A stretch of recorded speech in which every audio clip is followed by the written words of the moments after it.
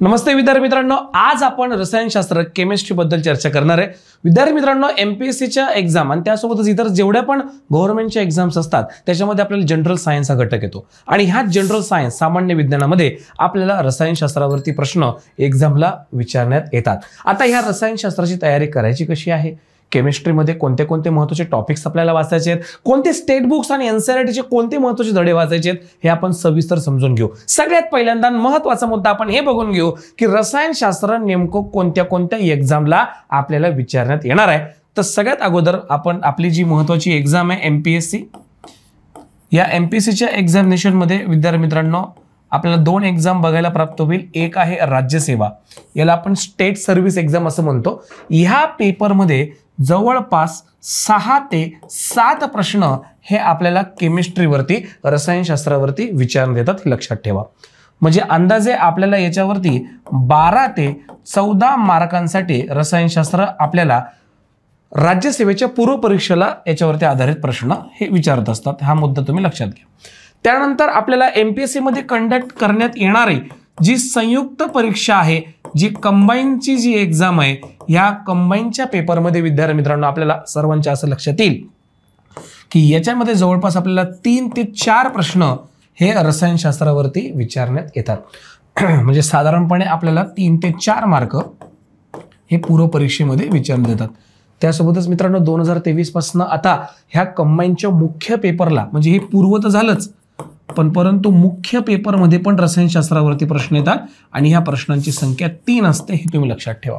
म्हणजे संयुक्त गट ब आणि गट क याचे पूर्व आणि मुख्य या दोन्ही पण पेपरमध्ये आपल्याला रसायनशास्त्रावरती 3 ते 4 प्रश्न बघायला प्राप्त होईल दोन्ही पण एक्झामसाठी। राज्यसेवेचे फक्त आपल्याला पूर्व परीक्षेवरतीच आपल्याला हे प्रश्न येतात।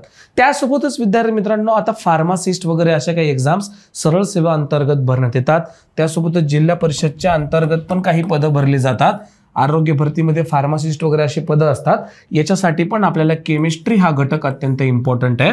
त्याच्यासोबतच डिपार्टमेंटल जे पीएसआय आहे त्याच्यामध्ये पण आपल्या रसायनशास्त्राचा फॉरेन्सिक मध्ये काही भाग विचारण्यात येत असतो।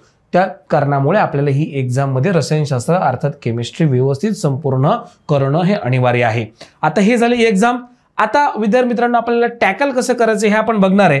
मित्रांनो तुमच्यासाठी खास मी सायन्सची इंटिग्रेटेड बॅच आणलेली आहे व ह्या इंटिग्रेटेड बॅच मध्ये आपण पूर्ण general science, physics, chemistry, biology, आरोग्यशास्त्र हे सर्व घटक आपण याच्यामध्ये कव्हर करणार आहे।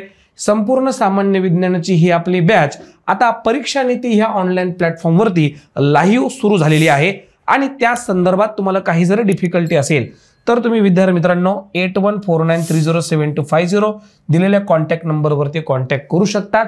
ही बॅच संपूर्णपणे तुम्हाला एमपीएससी राज्यसेवा, कंबाईन, रेल्वे, एसएससी, आरोग्य सेवक आणि टीईटीच्या आणि त्यासोबतच फार्मासिस्टच्या पण एक्झामला कामास येणार आहे। अशी परिपूर्ण बॅच आपली ऑनलाईन बॅच 12 महिन्याच्या वैधतेसह एकदम माफक फीज मध्ये तुम्हाला ऍप्लिकेशन मध्ये उपलब्ध आहे। आता मी मुख्य विषयाकडे वळतो की नेमकं आपल्याला केमिस्ट्रीमध्ये काय काय कोणते कोणते टॉपिक वाचायचे आहेत।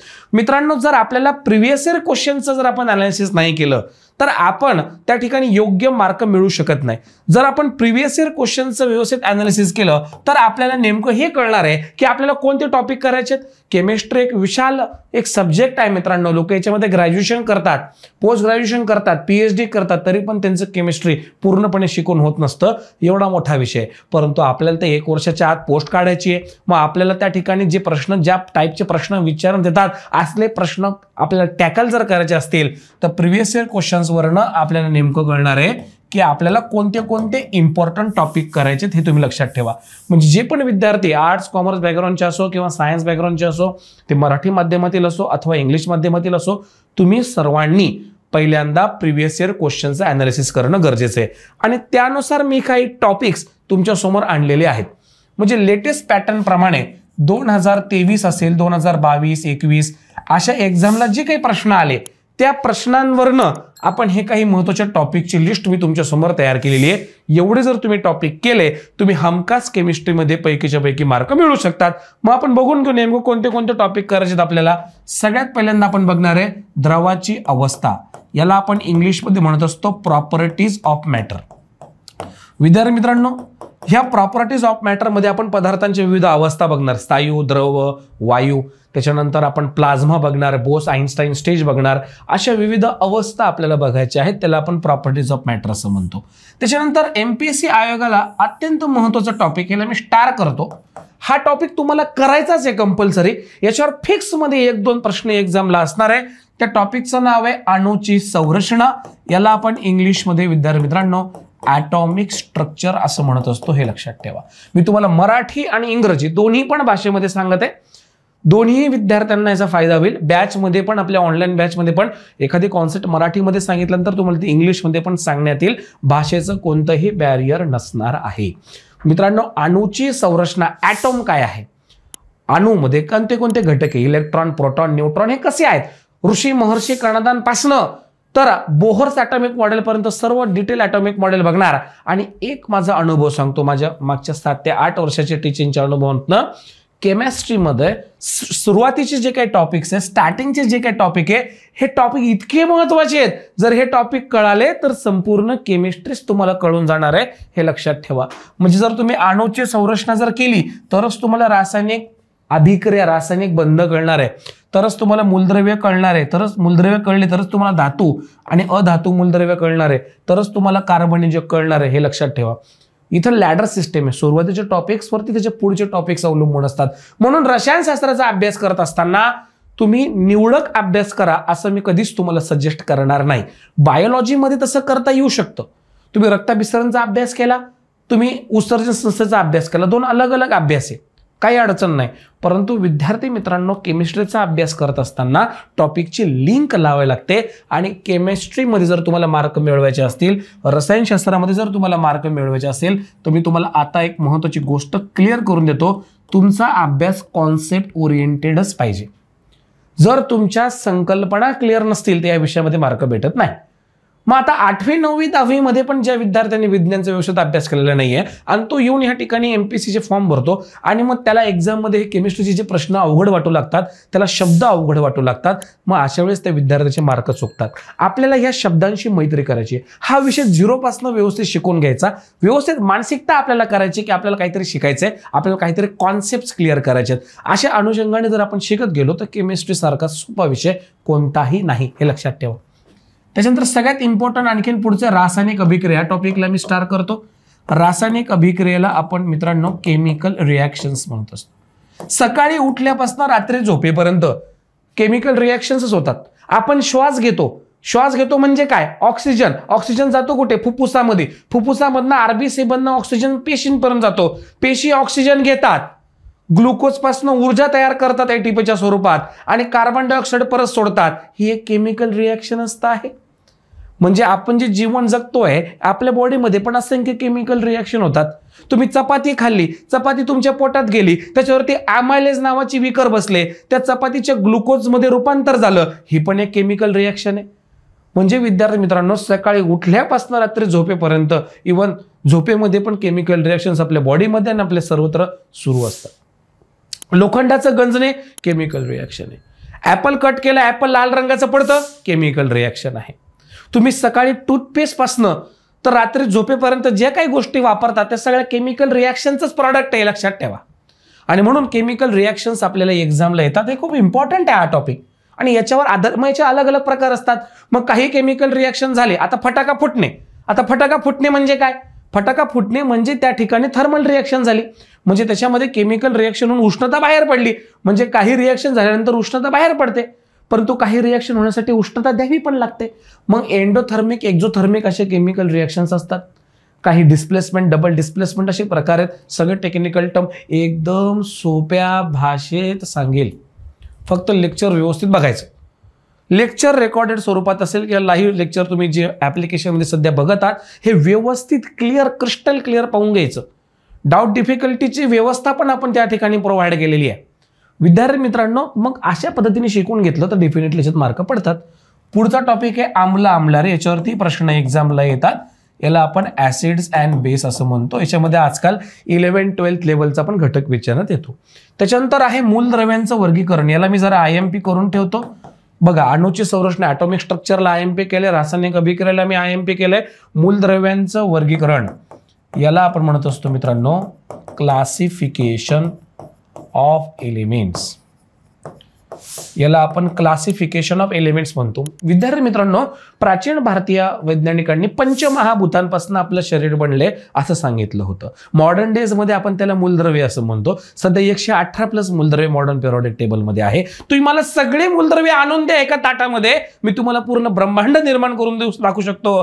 कारण की आपली बॉडी असेल, आपली संपूर्ण सजीव सृष्टी, जीवनसृष्टी, सोलार सिस्टीम हे सगळं मूलद्रव्यांपासूनच तर बनलेलं आहे. तर विद्यार्थी मित्रांनो, मूलद्रव्य हा अत्यंत महत्त्वाचा घटक आहे आणि त्याच्यावर आधारित प्रश्न येतात. मग मूलद्रव्यांचे प्रकार कोणते, धातू मूलद्रव्य कोणते, अधातू मूलद्रव्य कोणते. काही मूलद्रव्य किरणोत्सारी असतात, जसं की ॲटॉमिक बॉम्बमध्ये युरेनियमचा वापर होतो. युरेनियम किरणोत्सारी आहे, रेडिओ ऍक्टिव्ह, त्याच्यातनं रेडिएशन्स बाहेर पडतात. अलग अलग प्रकारचे मूलद्रव्य असतात. काही मूलद्रव्य रासायनिक अभिक्रियेत अजिबात भाग घेत नाही, जसं की हेलियम असेल, neon, argon, xenon, radon, krypton. ही मूलद्रव्य रासायनिक अभिक्रियेत भाग घेत नाही.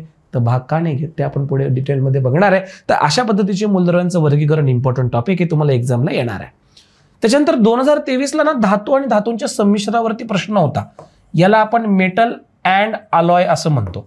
विद्यार्थी मित्रांनो, घर बांधताना आपण ज्या सळ्या वापरतो, बरोबर आहे की, तर स्टील असतं. स्टील म्हणजे काय, स्टील म्हणजे लोह आणि कार्बन यांचं संमिश्र आहे. त्याच पद्धतीने तुम्हाला जर्मन सिल्वर बद्दल विचारलं जाईल, तुम्हाला गन मेटल बद्दल विचारलं जाईल. म्हणजे तुम्ही उद्या PSI होणार तर तुमची पिस्तूल कोणत्या धातूपासून बनलेली आहे, कॉपरच्या गन मेटलपासून बनलेली आहे, असे प्रश्न एक्झामला येणार आहे मित्रांनो.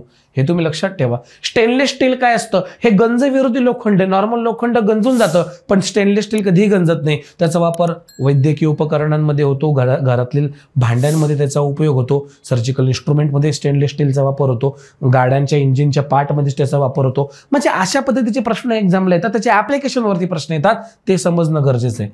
धातू समजले, त्याच्यानंतर आपल्याला नॉन मेटल समजायचे.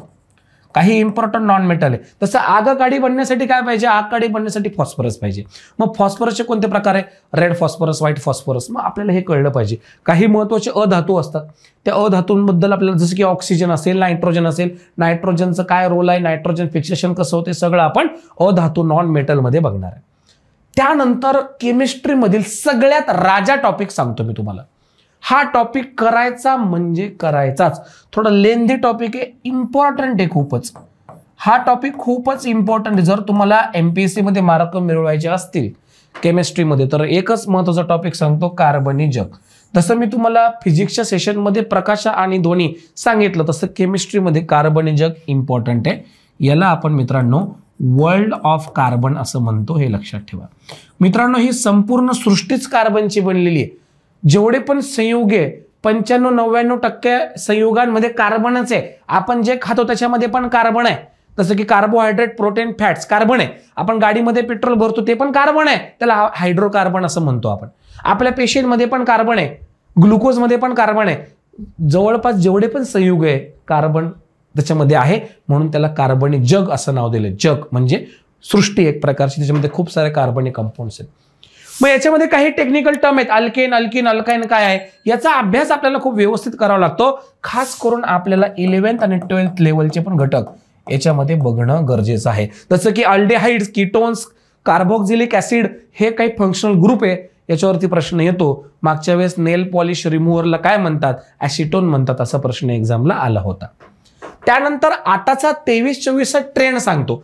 आता ना केमिस्ट्री इन एव्हरीडे लाईफ वरती प्रश्न येतात. त्याच्यामध्ये धागे, काच, रंग, प्लास्टिक, ड्रग्ज, अपमार्जिक. ड्रग्जला मी जर IMP करतो. एक ड्रग फार्मासिस्टची पण एक्झाम होते, त्याला पण ड्रग्ज विचारले जातात. आजकाल 23 मध्ये पण ड्रग्ज वरती प्रश्न विचारला होता. मागच्या वेळेस मॉर्फिनवर प्रश्न विचारला होता. डोपामाइन वगैरे सिक्रेट करतं ते वेगवेगळे, कोकेन असेल, अफू असेल, हे ड्रग्सचे कोणते कोणते प्रकार आहे, MD काय असते, सगळं बघणार. एक्झामला प्रश्न त्याच्यामध्ये येतात मित्रांनो. तर हा जो घटक आहे याला मी असं म्हणत असतो, केमिस्ट्री इन एव्हरीडे लाईफ. तर हे टॉपिक आपल्याला करणं अत्यंत गरजेचं आहे. आता हे तर झाले टॉपिक्स, पण ह्या टॉपिकमध्ये कोणते कोणते सब टॉपिक करायचे ते खूप इम्पॉर्टंट आहे. तुम्हाला टॉपिक कोणी पण सांगेल, पण टॉपिक मधले सब टॉपिक पण इम्पॉर्टंट आहे. नाहीतर तुम्ही असं करणार की एखादा रेफरन्स बुक आणणार आणि तेच डिटेल वाचत बसणार. मित्रांनो, MPSC तोच पास होतो जो टाइमचं भान ठेवतो. म्हणजे तुम्हाला या ठिकाणी मार्केटमध्ये खूप सारा समुद्र आहे, पण तो सगळा वाचत गेलात तर तुम्हाला 2-4 पंचवार्षिक योजना लागतील पास होण्यासाठी. लिमिटेड रिसोर्सेसमध्ये जर तुम्हाला रिझल्ट काढायचा असेल, त्यासाठी स्ट्रॅटेजी पाहिजे, आणि त्यासाठीच हे लेक्चर आपण बघतोय. मग याच्यामध्ये जे टॉपिक्स बघणार त्याच्यामध्ये सब टॉपिक कोणते बघायचे ते तुम्हाला मी 1 बाय 1 सांगतो, म्हणजे तुम्हाला आणखीन व्यवस्थित क्लिअर होईल. लेक्चर शेवटपर्यंत जर पाहिलं तर तुम्हाला त्याचा अधिक फायदा होईल. तुम्हाला मार्क मिळवण्याच्या हिशोबाने आपल्याला हे संपूर्ण सेशन इम्पॉर्टंट आहे. आता सगळ्यात पहिला टॉपिक आहे द्रव्याची अवस्था. या द्रव्याच्या अवस्थेला आपण म्हणत असतो प्रॉपर्टीज ऑफ मॅटर. हल्ली याच्यावरती प्रश्न एक्झामला येतात. वेगवेगळ्या प्रकारच्या पदार्थांच्या अवस्था असतात. त्या पदार्थांच्या अवस्था हा सब टॉपिक तुम्हाला मी सांगतोय. ठीक आहे मित्रांनो, ही सब टॉपिक तुम्हाला मी सांगतोय. पदार्थांच्या अवस्था तुम्हाला करायच्यात. कोणत्या कोणत्या पदार्थांच्या अवस्था असतात तुम्हाला सर्वांना माहित पाहिजे. स्थायू अर्थात सॉलिड असं म्हणतो आपण. त्याच्यानंतर द्रव अवस्था, याला आपण लिक्विड स्टेट असं म्हणतो. त्याच्यानंतर वायू अवस्था, याला आपण गॅस असं म्हणतो. सॉलिड, लिक्विड आणि गॅसेस. पण याच्या अलावा आता एमपीएससी 2 पावलं पुढे तुम्हाला प्रश्न विचारणार आहे. याच्याशी निगडीत आणखी 2 महत्वाच्या अवस्था असतात ज्याला आपण प्लाझ्मा असं म्हणतो. ही पदार्थांची 4थी अवस्था आहे. आणि पदार्थांची 5वी अवस्था देखील तुम्हाला माहित पाहिजे, ज्याला आपण बोस आइन्स्टाईन स्टेज असं म्हणतो. हे लक्षात ठेवा. अशा पदार्थांच्या 5 अवस्था, याच्यावरती आधारित प्रश्न येतो. त्यासोबतच आता याच्यावर थोडेसे न्यूमरिकल्स विचारण्याचा ट्रेंड आलेला आहे. मित्रांनो, लेटेस्ट ट्रेंड बघत चला. याच्यामध्ये मॉलिक्युलर मास अर्थात तुम्हाला रेणू भार काढायचा विचारला जातो. तुम्हाला याच्यामध्ये मॉलिक्युलर मास विचारतात. हे लक्षात ठेवा. मॉलिक्युलर मास त्याच्यामध्ये असणारे मोल, जसं की CH4 आहे. CH4 म्हणजे काय असतं, मिथेन. तर याच्यामध्ये तुम्हाला मॉलिक्युलर मास दिला जाईल आणि तुम्हाला पूर्ण मिथेनचं मॉलिक्युलर मास काढा असे प्रश्न येतील. आणि हे तुम्हाला आता लेटेस्टमध्ये 11वीच्या लेवलचे विचारतात. म्हणजे केमिस्ट्रीमध्ये पण न्यूमरिकल आलेले आहेत. ह्या लेवलची आता एक्झाम पोचली. म्हणजे 7-8 वर्षा पहिले जशी एक्झाम होती 1 लाइनर प्रश्न येत होते तसे आता येत नाही. मग जे एक्झामला येतं त्यानुसार अभ्यास करायचा आहे. तसं जर नाही केलं मग परत तुम्हीच म्हणणार की केमिस्ट्रीचा किती पण अभ्यास करा मार्क भेटत नाही. तसं नाही. किती पण अभ्यास करा म्हणजे काय, किती पण म्हणजे एक्झामला कसे प्रश्न येतात त्यानुसार जर अभ्यास केला तर मार्क भेटेल. आणि त्यासाठी हे सेशन आपण बघत आहे. रेणुभार, मॉलिक्युलर मास कसा काढायचा. आजकाल असे न्यूमरिकल्स येतात राज्यसेवेला पण कंबाईनला पण. एक लक्षात ठेवा मित्रांनो, इतर विषयांचा अभ्यास सगळे मुलं करणार. इतिहास, भूगोल, राज्यघटना याचा अभ्यास महाराष्ट्राची 100% जनता करणार आहे. तुम्ही पण करणार आहात.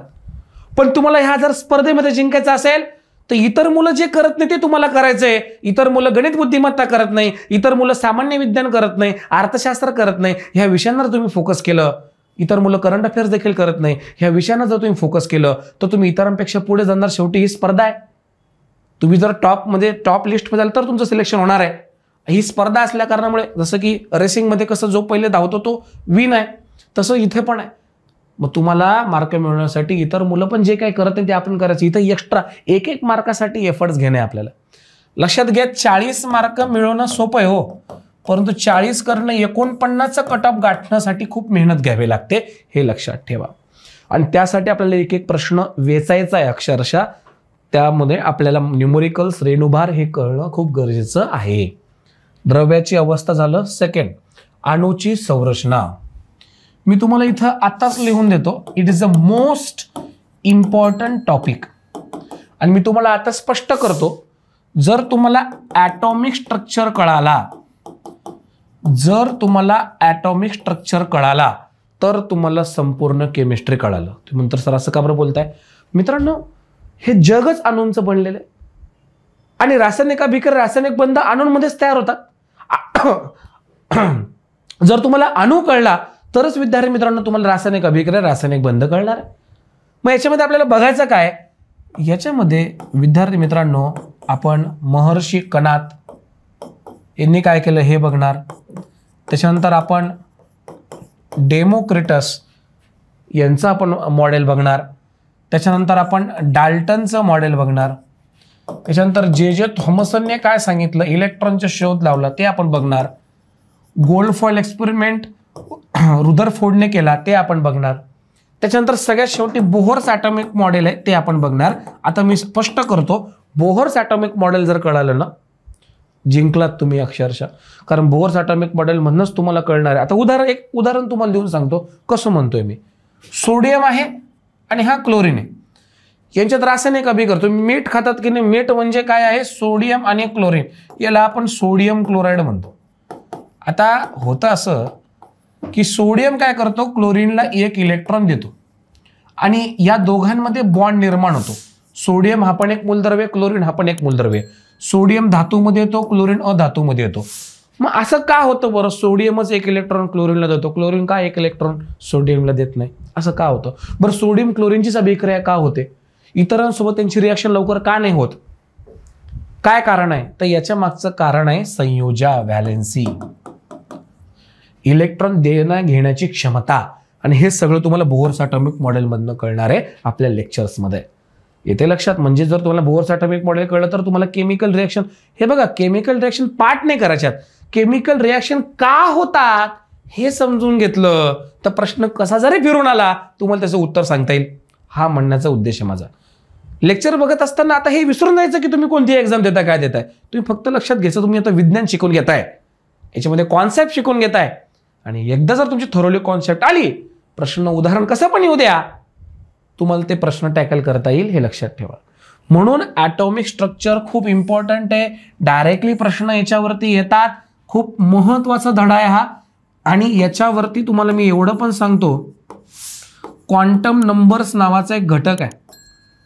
त्या क्वांटम नंबरमध्ये प्रिन्सिपल क्वांटम नंबर असतो, ॲझिमिथल क्वांटम नंबर असतो, मॅग्नेटिक क्वांटम नंबर असतो, स्पिन क्वांटम नंबर असतो. हा स्पेशल 11वी 12वी NCERTचा घटक आपल्या ऑनलाईन कोर्समध्ये मी इन्क्लूड केलेला आहे ऑलरेडी. त्या कारणामुळे आता एखादा विद्यार्थी आर्ट्सवाला, एखादा विद्यार्थी कॉमर्सवाला, त्याला लगेच हे कळणार नाही, हे मला माहित आहे. मग त्यांनी स्टेप बाय स्टेप जायचं. त्यांनी पहिले महर्षीकडनं त्यांनी काय सांगितलं ते बघायचंय, डेमोक्रिटसने काय सांगितलं, डाल्टनने काय सांगितलं, थॉमसनने काय सांगितलं, रुदरफोर्डने काय सांगितलं, मग बोहरने काय सांगितलं. आणि मग त्याच्यानंतर आपल्याला कळणार आहे की इलेक्ट्रॉन मुख्य कक्षांमधून जात असेल तर प्रिन्सिपल क्वांटम नंबर असतो.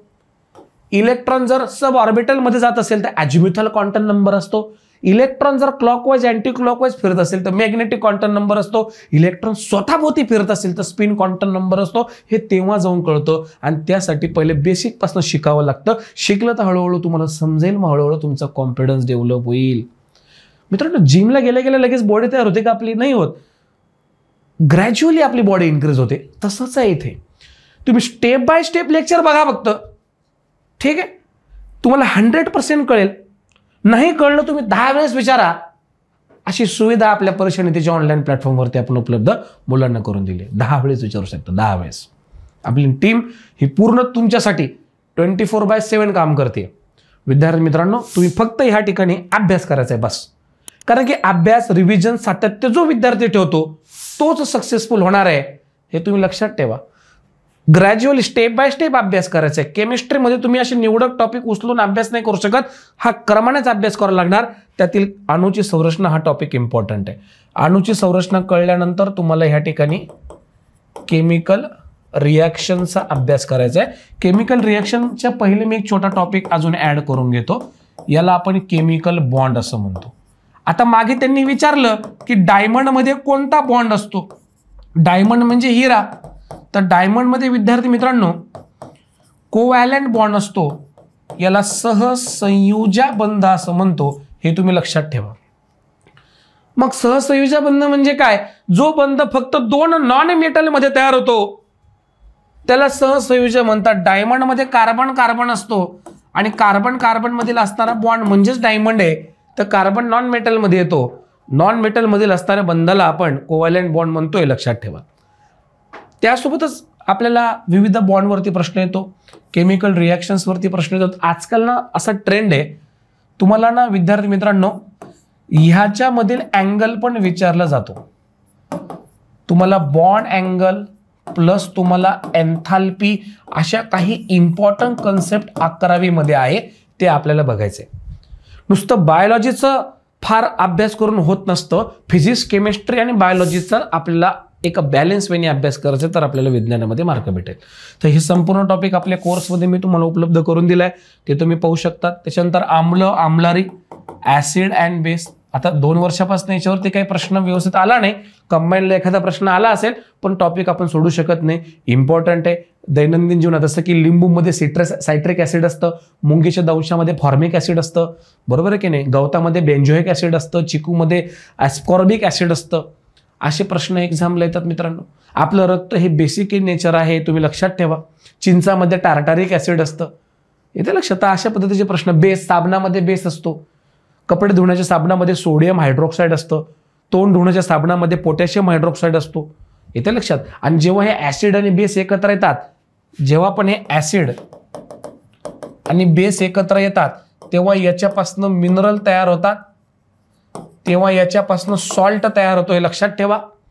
आणि विद्यार्थी मित्रांनो, हे जे मिनरल आहे, हे जे सॉल्ट आहे, याच्यामध्ये मग तुम्हाला आता ट्रेंडिंगमध्ये पीओपी, प्लास्टर ऑफ पॅरिस असेल, जे जिप्सम पासून बनतं मित्रांनो, हे लक्षात ठेवा. धुण्याचा सोडा सोडियम कार्बोनेट आहे, NaCO3. खाण्याचा सोडा सोडियम बाय कार्बोनेट. मग यांचा वापर कुठे होतो, कसा होतो, हे सगळं आपण डिटेलमध्ये पाहणार आहे. हे त्याचे सब टॉपिक करायचे आहेत तुम्हाला, ठीक आहे. परत सांगून देतो, ऍसिड, बेस आणि तुम्हाला सॉल्ट ह्या टॉपिक मधनं करायचे. पुढे आपण जाऊया मूलद्रव्यांचं वर्गीकरण. याला आपण म्हणतोय क्लासिफिकेशन ऑफ एलिमेंट्स. खूप इम्पॉर्टंट टॉपिक आहे. मूलद्रव्य म्हणजे काय, ज्यांचं फिजिकल आणि केमिकल प्रोसेसने आपण डिव्हिजन करू शकत नाही, त्याला मूलद्रव्य म्हणतो. आता भेळ आपण खातो, भेळ मूलद्रव्य आहे का नाही, त्याचं भौतिक प्रक्रियेने विभाजन करू शकतो, येते लक्षात. चहा आहे का नाही, त्याचं रासायनिक अभिक्रियेने विभाजन करू शकतो. परंतु हायड्रोजनचं रासायनिक प्रक्रियेने विभाजन करता येतं का नाही, तर हायड्रोजन अंतिम घटक आहे, मूल घटक आहे, म्हणून त्याला मूलद्रव्य म्हणतो. हे आपल्याला विद्यार्थी मित्रांनो, आपल्याला असं लक्षात येईल, या मूलद्रव्यांबद्दल आपल्याला पूर्ण माहिती घ्यायची. मग मूलद्रव्यांचं वर्गीकरणाची सुरुवात कोणी केली, तर डोबे रायनरने केली. त्याच्यामध्ये त्याने महत्वाचे ट्रायड सांगितले, इथून आपण अभ्यास करणार आहे. याच्यावरती आधारित प्रश्न एक्झामला आलेला आहे मित्रांनो, हे तुम्ही लक्षात ठेवा. जसं की लिथियम आहे, सोडियम आहे आणि पोटॅशियम आहे, हे ट्रायड्स आहेत. एकाच ट्रायडमध्ये असणारे मूलद्रव्यांचे गुणधर्म सारखे असतात. डोबे रायनर सोबतच मग पुढे न्यूलँड्स आला. न्यूलँड्सने संगीतातील अष्टकाप्रमाणे मूलद्रव्यांचं वर्गीकरण केलं. सारेगमा पधनिसा, पहिला आणि 8वा स्वर ज्याप्रमाणे सारखा येतो, तसं मूलद्रव्यांचं अणुवस्तुमानांकाच्या ॲटॉमिक मासनुसार जर मांडणी करत गेलो, तर पहिल्या मूलद्रव्य आणि 8व्या मूलद्रव्याचे गुणधर्म सारखे येतात. याने सगळ्यात पहिल्यांदा आपल्याला पिरियॉडिसिटी बद्दल सांगितलं, हे तुम्ही लक्षात ठेवा. म्हणून आपण टेबलला पिरियॉडिक टेबल असं म्हणतो, कारण मूलद्रव्यांच्या गुणधर्मांची पुनरावृत्ती होते, त्यांचं रिपिटेशन होतं. त्याच्यानंतर आपण बघणार आहे मेंडेलिव्ह याने सर्वप्रथम पिरियॉडिक टेबल मांडला होता. आणि त्यानंतर विद्यार्थी मित्रांनो, एक सायंटिस्ट आला, त्यांचं नाव होतं हेनरी मोसले. आता हा जो हेनरी मोसले, या हेनरी मोसले यांनी मॉडर्न पिरियॉडिक टेबल सांगितला. मग ह्या मॉडर्न पिरियॉडिक टेबलमध्ये मूलद्रव्यांची साईज कुठून कुठे वाढते, कुठून कुठे कमी होते, याच्यावर आधारित प्रश्न एक्झामला येतात. म्हणजे हा जर टॉपिक म्हटला, तुम्ही डोबे रायनर करा, न्यूलँड करा, मेंडेलिव्ह करा, मॉडर्न पिरियॉडिक टेबलचे फॅक्ट्स करा, तुम्हाला मार्क भेटणार म्हणजे भेटणार, येते लक्षात. आणि यासाठी तुम्ही 10वीचं स्टेट बुक तुम्ही वापरायचं आहे. आपलं महाराष्ट्राचं जरी तुम्ही पुस्तक वाचलं तरी तुमचं कव्हर होईल. तुम्ही याच्यासाठी NCERTचं पण बुक देखील वापरू शकता, 10th स्टँडर्डचं. तसं मी माझ्या कोर्समध्ये NCERT स्टेट बुक्स हे दोघांचं पण मिश्रण मी केलेलं आहे, आणि त्यानुसार तुम्हाला मराठी आणि इंग्रजी दोघांमधनं मी सांगत आहे. जाऊया पुढे. धातू आणि त्यांचे संमिश्र. म्हणजे आपण सर्वप्रथम बघणार आहे मेटल अँड इट्स अलॉयज. खूप इम्पॉर्टंट टॉपिक आहे. सध्या 2023ला याच्यावरती प्रश्न आला होता.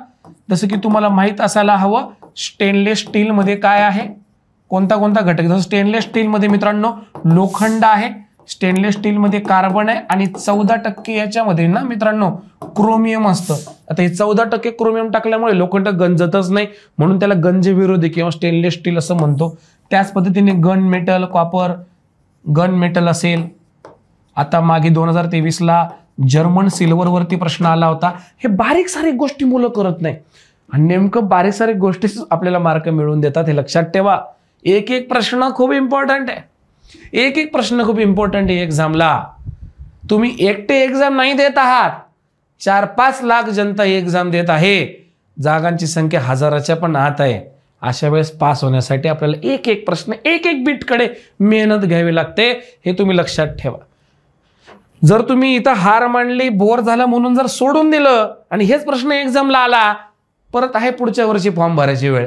त्याच्यामुळे एकदाच व्यवस्थित छान अभ्यास करून घ्यायचा आणि त्या पद्धतीने आपल्याला मार्क भेटले पण पाहिजे. चला पुढे आहे अधातू, याला आपण काय म्हणत असतो, नॉन मेटल. नॉन मेटल मध्ये विद्यार्थी मित्रांनो महत्वाचे करून घ्यायचे.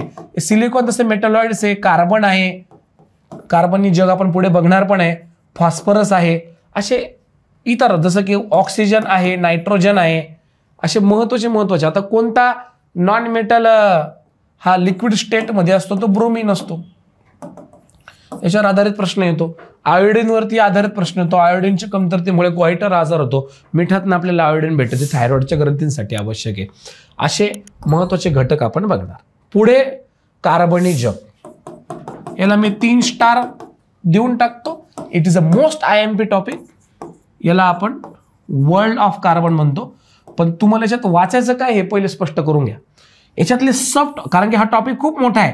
तुम्ही सर्वप्रथम याच्यामध्ये करणार आहात अल्केन, त्याच्यानंतर तुम्ही बघणार आहात अल्कीन फॅमिली, त्याच्यानंतर तुम्ही बघणार आहात अल्काईन फॅमिली.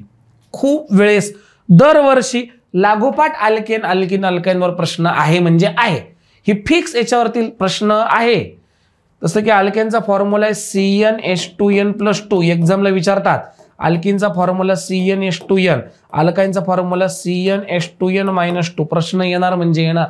आता जर मी तुम्हाला म्हटलं CH4, तर CH4 काय, मिथेन. तर मिथेन कोणत्या फॅमिलीमध्ये येतो, अल्केनमध्ये येतो. आपण CNG भरतो. CNG म्हणजे काय, कॉम्प्रेस नॅचरल गॅस. त्याच्यात कोणता गॅस असतो, मिथेन असतो मित्रांनो. मिथेन कोणत्या फॅमिलीमध्ये येतो, अल्केन. घरामध्ये LPG गॅस सिलेंडर असतं, त्याच्यामध्ये C4H10 असतं. याला ब्युटेन असं म्हणतो आपण, ब्युटेन. तर विद्यार्थी मित्रांनो, ब्युटेन हे आपल्या घरातल्या गॅस सिलेंडरमध्ये असतं, लक्षात ठेवा. ब्युटेन आयसोब्युटेन असतं. ते हे आपल्याला माहित पाहिजे, याच्यावरती आधारित प्रश्न येतात. त्याच्यामुळे अल्केन फॅमिली करून घ्यायचं, हे खूपच इम्पॉर्टंट आहे बरं का. याला पर्याय नाही. त्यासोबतच काही महत्वाचे आपल्याला नाही का फंक्शनल ग्रुप बघायचे. फंक्शनल ग्रुप जसे की अल्कोहोल म्हणजे दारू, त्याचे प्रकार. इथिल अल्कोहोल सध्या पेट्रोलमध्ये 10%च्या वर, फ्लेक्स इंजिनमध्ये 30% इथिल अल्कोहोल टाकणार, नितीन गडकरी यांनी सांगितलं होतं. तर 5OH, तो OH ग्रुप आला की अल्कोहोल होतो. हे सगळं तुम्हाला व्यवस्थित डिटेलमध्ये सांगेल. हे सब टॉपिक करून घ्या. अल्कोहोल, अल्डेहाइड, ठीक आहे ना. त्याच्यानंतर कीटोन्स, हे करून घ्या मित्रांनो, महत्वाचं आहे. याच्यावर आधारित प्रश्न येतो. आणि जर तुम्हाला हे संपूर्ण व्यवस्थित एकदम सोप्या भाषेमध्ये जर समजून घ्यायचं असेल, आजच आपल्या इंटिग्रेटेड सायन्सच्या बॅचला सबस्क्राईब करून घ्या. तुम्हाला सगळं तुमच्या मोबाईल फोनमध्ये सगळे लेक्चर्स तुम्हाला प्राप्त होईल. तुम्ही तुमच्या सोयीनुसार कधी पण कोणत्या पण वेळेस हा व्हिडिओ पाहू शकतात, विथ नोट्स, विथ MCQs. आणि हे सगळे घटक डिटेल्समध्ये आपण आपल्या कोर्समध्ये घेतलेले आहेत. त्याच्यानंतर मित्रांनो, धागे, काच, रंग, प्लास्टिक, अपमार्जिकी, ड्रग्स, याला आपण नाव देऊया chemistry in everyday life. Fix मध्ये प्रश्न याच्यावरती येतो. याच्यासाठी 12वीचं NCERTच्या पुस्तकातील कॉन्टेंट आपण घेतलाय. याच्यामध्ये मित्रांनो बायोमॉलिक्युल्स आपण देखील कव्हर करणार आहोत, जे इम्पॉर्टंट फॅक्ट आहे. सगळंच 11वी-12वी करायचंय का, नाही, सगळंच नाही करायचंय.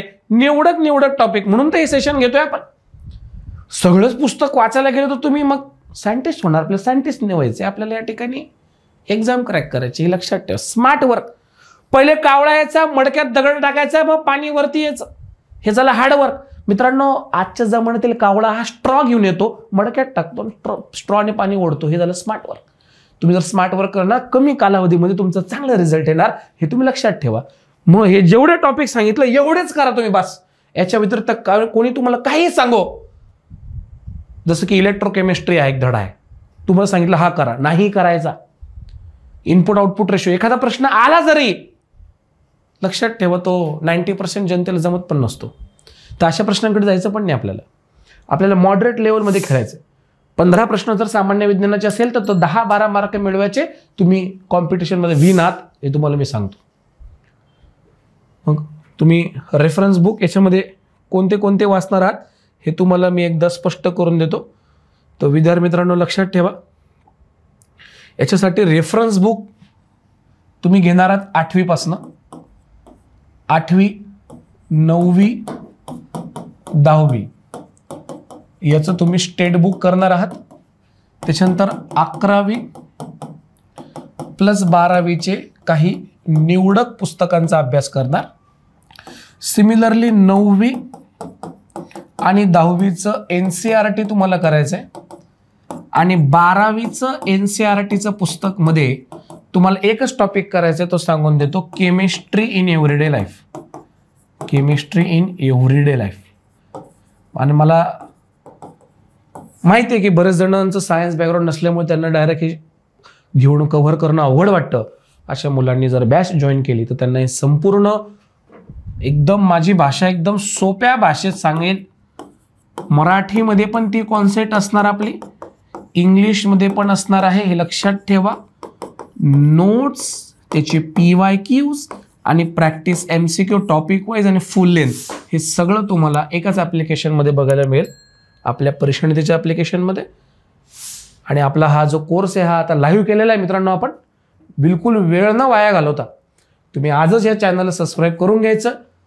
कोर्सची काही इन्फॉर्मेशन लागली तर विद्यार्थी मित्रांनो तुम्हाला कॉन्टॅक्ट नंबर आहे, तुम्ही याच्यावरती कॉन्टॅक्ट करू शकता आणि संपूर्ण माहिती प्राप्त करू शकता. तर आजच कोर्सला जॉईन व्हा. काही डिफिकल्टी वाटली तरी तुम्ही मला विचारू शकता. तुम्ही कमेंट बॉक्समध्ये काही अडचणी असल्या तर तुम्ही मला विचारू शकता. तर विद्यार्थी मित्रांनो कशी वाटली माहिती चांगली वाटल्यास नक्कीच लाईक करा मित्रांनो. आता आपण भेटूया आपल्या नेक्स्ट लेक्चरमध्ये. तोपर्यंत मी तुमची रजा घेतो. धन्यवाद. जय हिंद, जय महाराष्ट्र.